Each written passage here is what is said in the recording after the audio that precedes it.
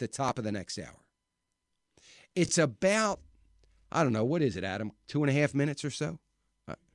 2 minutes, 13 seconds, Adams tells me. It's a long clip. I am telling you now, I'm not going to set it up.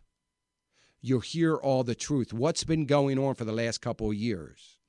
One of my producers put this together back in 2010, I think it was, or 2009. I forget. I think it was January 2010. I want you to listen to this, but here's why I'm giving. If you can't hear real well, turn your radio up. If you are on your computer, lean in, because some of this is very old audio coming from President Reagan, and it is a little difficult to hear. It's mixed in with some newer audio, but I don't want you to miss any of this. In case you wonder why sometimes I get so frustrated at what's going on with our government. Listen closely. Go ahead, Adam. Whether we believe in our capacity for self-government or whether we abandon the American Revolution and confess that a little intellectual elite in a far distant capital can plan our lives for us better than we can plan them ourselves. Give us more authority and more ability. All of this talk about rules, we make them up as we go along. A government can't control the economy without controlling people. And they know when a government sets out to do that, it must use force and coercion to achieve its purpose. Put the legislation together to control the people. We go through the gate's closed, we'll go over the fence is too high, we'll pole vault in. If that doesn't work, we'll parachute in, but we're going to get health care reform passed. They also knew, those founding fathers, that outside of its legitimate functions, government does nothing as well or as economically as the private sector of the economy. There needs to be a focus on an immediate increase in spending. I mean, I do think at a certain point you've made enough money. The more the plans fail, the more the planners plan. You're telling me we got to go spend money to keep from going bankrupt? The answer is yes, I'm telling you.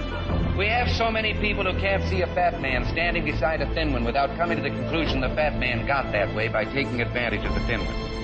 I think there are a lot of very rich people out there whom we can tax at a point down the road and recover some of this money. The trouble with our liberal friends is not that they're ignorant.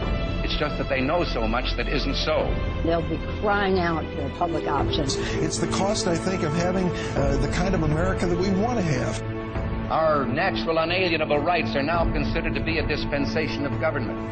And freedom has never been so fragile, so close to slipping from our grasp as it is at this moment. I don't worry about the Constitution on this, to be honest. What good is reading the bill if it's 1,000 pages? You have to pass the bill so that you can find out what is in it. Those voices don't speak for the rest of us. We'll preserve for our children this, the last best hope of man on earth. There have been times where America's shown arrogance. Well, I think it's time we ask ourselves if we still know the freedoms that were intended for us by the founding fathers.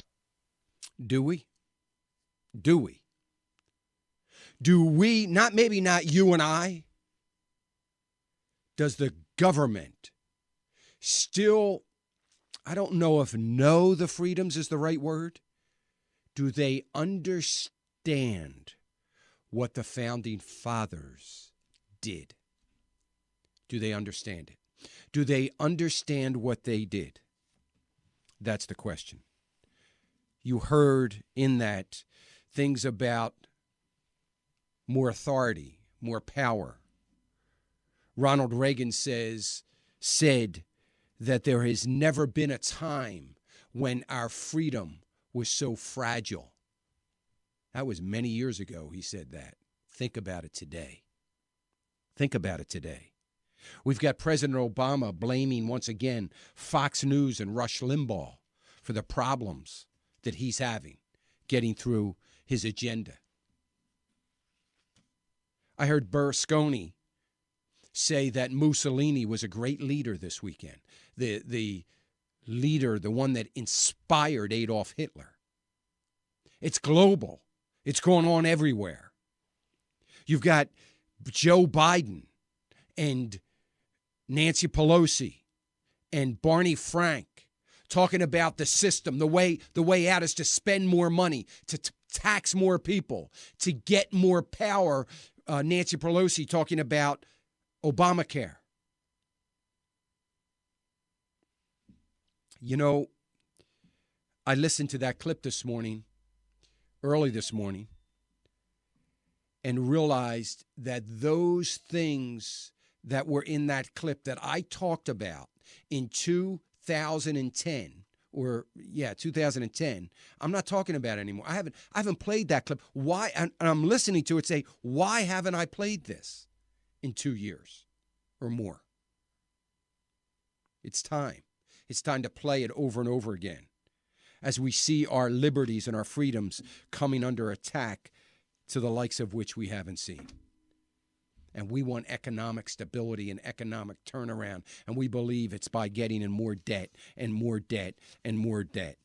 Charles Biederman, a great analyst in the stock market I've had on this program many times,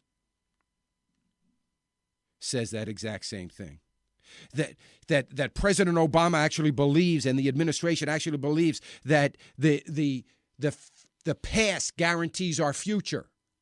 America has had 200 years of growth that no other nation in the history of the world has ever seen. Not for 200 years. Nations have seen it for 50 years, but not 200 years. And it's out of that growth of the last 200 years, I believe, comes the ignorance and the arrogance of Washington. See, they believe that even though it was 200 years, that is so strong, it was never fragile, and that they can't do anything to mess that up because we're America and we're going to keep growing stronger. We're America, and we grew stronger because we had great leadership that wanted to make sure, and some of that leadership, Democrats as well, but they were patriots. And now the solution for economic development and economic growth in our economy is now spending more money and pay no never mind to the debt ceiling as if it's irrelevant.